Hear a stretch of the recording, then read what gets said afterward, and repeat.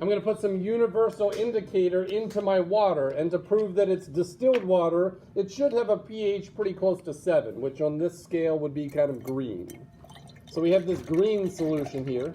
If it would be acidic, you'd get kind of the hot colors, kind of like the reds, the oranges, the yellows. If it would end up becoming basic, that would more so be kind of the blues and the purples. What's the difference between distilled water and just regular water? Regular tap water has all sorts of ions in it, like fluoride for your teeth, calcium ions, water hardness, all that sort of stuff. Whereas distilled water should be just plain H2O.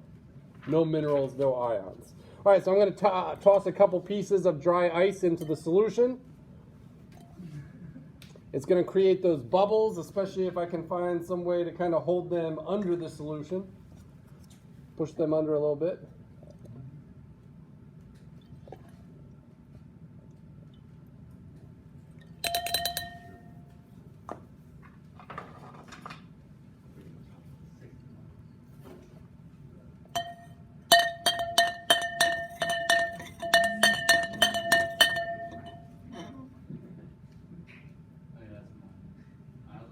What do you notice is happening to the color of the solution?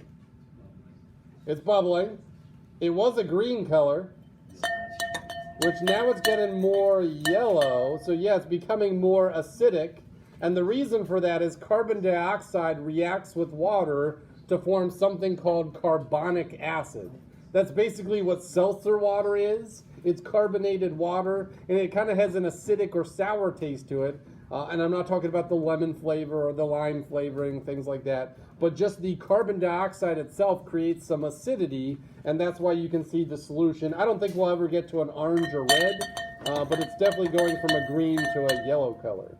So it's acidifying this. And this is one reason if you hold your breath too long, your blood has a really good measuring system for pH. So as you hold your breath too long, you're using up oxygen in your cells, and you're producing CO2.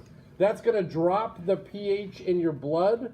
Your body senses that drop in pH, and it forces you to gasp and take a fresh breath. Because when you take a deep breath and exhale, you're getting rid of CO2, which raises the pH in your blood to a normal level.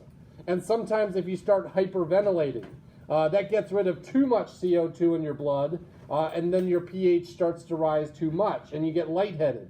So what's one way that they can kind of solve you getting lightheaded and passing out if you're hyperventilating? You breathe into like a bag or a paper bag.